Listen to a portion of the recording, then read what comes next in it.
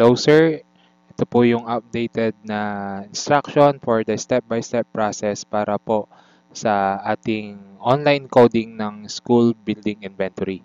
First is mag-sign in po tayo sa ating BIS using our username and password. Then next, click po natin yung school building inventory. Next on June 6, 2014. Meron po tayo mga bagong buttons which is on edit and delete. So first is gawa muna po tayo ng mag-add muna po tayo ng school building. First is kung ano po yung building type po niyan. It's either on the aquaculture and C2 building, automotive servicing, DepEd school building modified na 7x7. At kung wala man na nakasulat dyan, then click po natin yung others not in the list. Then, pangalan niyan, halimbawa is Bautista Building. Ng dimension ay 35 by 40. Select building condition, needs minor repair. Then year completed, 1999. Funding source, nandiyan po yung pagpipilian po natin. Kung wala naman po, since nanggaling po siya sa ating mga stakeholders, mga katulad ng alumni, ganun po. Then, click po yung others. Then, click po dyan. We have Bautista family. Or it is a donor. Tapos, number of rooms by floor. Sa first floor ay 5. Yung classroom na po na yon. Okay, remarks and save. Ang susunod po ay kung halimbawa may nakalimutan po tayo on the information dun sa ating building. So, click-click lang po natin yung edit. Then, halimbawa naalala po natin yung contractor. Then, isulat lang po natin yung contractor kung meron po or naalala natin.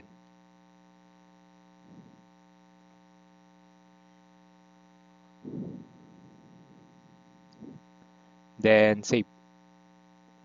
The next button naman po ay yung delete. Halimbawa po, wala naman tayong building na ganito. Okay, isang na in-establish noong year 2010, then click lang po natin yung delete. Okay?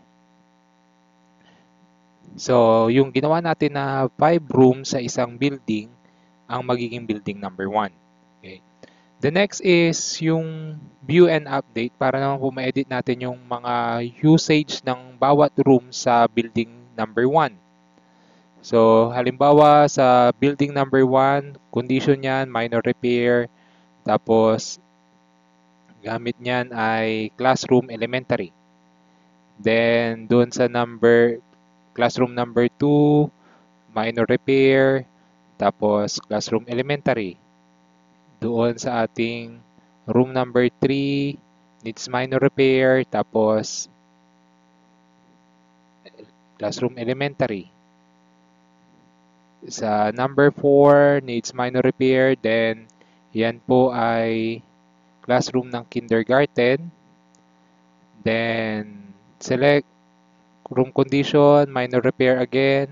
Then, ito naman po, halimbawa, meron tayong isang kwarto na multiple yung paggamit sa kanya. Halimbawa, ay clinic siya, tapos dun din po yung inyong library, so, and supply room. So, maaring ang gagawin po natin dyan is i-click lang po natin yung clinic, press po yung control sa inyong keyboard or sa keyboard ng inyong laptop, then click po ninyo yung mga usage o ibang usage ng inyong room. Then, save. Yan. Okay na po. Then next is doon sa existing makeshift rooms. Kung meron po tayong existing makeshift rooms, so we can click add makeshift room. Then, i-click lang po natin kung ano po yung usage ng makeshift na yon. Okay? Then, save. Then, next is on the facilities and structures. Ilalagay lang po natin kung meron pong nakasulat dito, you can press or click edit. Then, palitan nyo po yung number of bowls, urinals, armchairs, chairs, school desk, washing facilities, and dun sa other structures, tick or untick po para may check kung ano po yung meron po kayo sa ating school. Then, click save.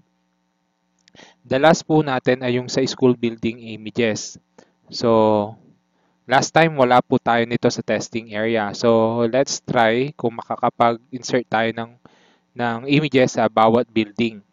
So, sabi doon sa building number 1, since isa lang yung building na nagawa natin, okay, so doon muna tayo sa site development plan, then choose file, nandun siya sa ating documents, national building inventory, tapos yun. Remember po, hanggang 512 KB lang po yung ating limit size ng ating image. Then, save.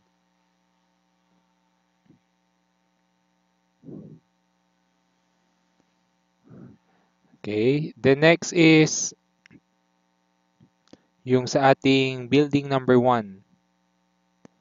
Okay, no image yet. So, mag-choose tayo ng file. Halimbawa, ang ating 5 rooms ay yung building 11. Okay, then save.